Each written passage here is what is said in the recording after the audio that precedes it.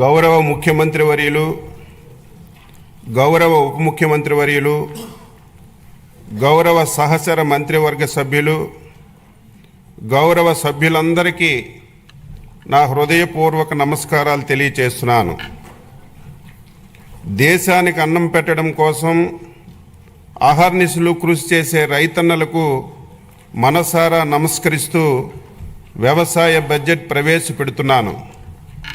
ఒక దేశం లేదా రాష్ట్రం అభివృద్ధికి దోహదపడేది వ్యవసాయం యొక్క గొప్పతనం మరియు ప్రాముఖ్యత గురించి దివంగత వ్యవసాయ శాస్త్రవేత్త భారతరత్న డాక్టర్ ఎంఎస్ స్వామినాథన్ గారు చెప్పిన మాటలు మొదటగా మనం గుర్తు చేసుకుందాం.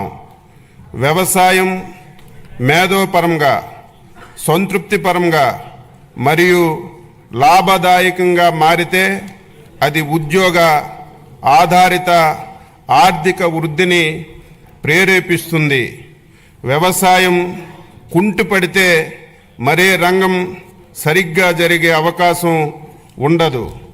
ఆ మహనీయుని మాటల్లో ప్రతి అక్షరం సత్యమని గ్రహించి ఈ ప్రభుత్వం అందుకే ప్రధాన వనరైన వ్యవసాయాన్ని ప్రాథమిక రంగంగా గుర్తించి దానిని పరిపుష్టి చేసి రైతులను స్థితిమంతులుగా చూడాలని ఆకాంక్షిస్తూ స్వర్ణాంధ్ర 2047 లక్ష్యాన్ని సాధించే దిశగా అడుగులు వేస్తున్నాం. వ్యవసాయ శాఖ ఆధునిక టెక్నాలజీని ఉపయోగించి రైతులకు సాగు ఖర్చులు గణనీయంగా తగ్గించవలనని, ప్రకృతి వ్యవసాయం వైపు మళ్లాలని, అధిక ఆదాయ పంటలు సాగుపై దృష్టి సాధించాలని, ఎగుమతికి అనువైన మరియు సన్న వరి రకాల సాగుని ప్రోత్సహించాలని మన ముఖ్యమంత్రి గారు శ్రీ నారా చంద్రబాబు నాయుడు గారు దృఢ సంకల్పంతో ఉన్నారు.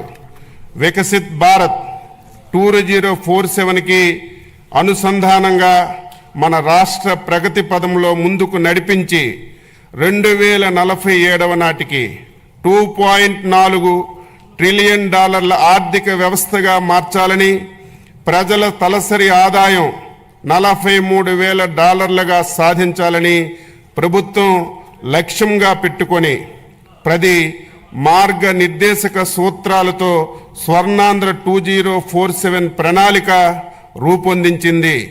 స్వర్ణాంధ్ర 2047 మార్గనిర్దేశక 10 సూత్రాల్లో ఫార్మర్ అండ్ అగ్రిటెక్ అనేది వ్యవసాయ రంగానికి సంబంధించినటువంటి సూత్రం.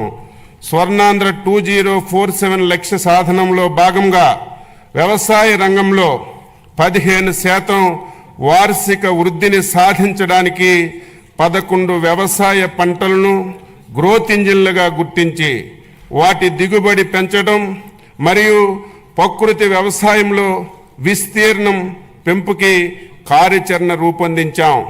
2024-25 సంవత్సరంలో ఏపీ జిఎస్డిపి మొదటి ముందస్తు అంచనాల ప్రకారం వ్యవసాయం జీవీఏలో 57,187 కోట్లు, అంటే వ్యవసాయంలో వృద్ధి రేటు 22.86%గా నమోదైంది. గత ప్రభుత్వం భూసార పరీక్షలను పూర్తిగా విస్మరించింది. మన ప్రభుత్వం 2024-25లో సాయిల్ హెల్త్ అండ్ ఫెర్టిలిటీ పథకం కింద 13.09 కోట్లు నిధుల ఖర్చుతో 4,30,000 భూసార పరీక్షా పత్రాలను రైతులకు అందించింది. అలాగే 2025-26 సంవత్సరంలో 6 లక్షల భూసార పరీక్ష పత్రాలు రైతులకు అందించడానికి లక్ష్యంగా పెట్టుకున్నాం.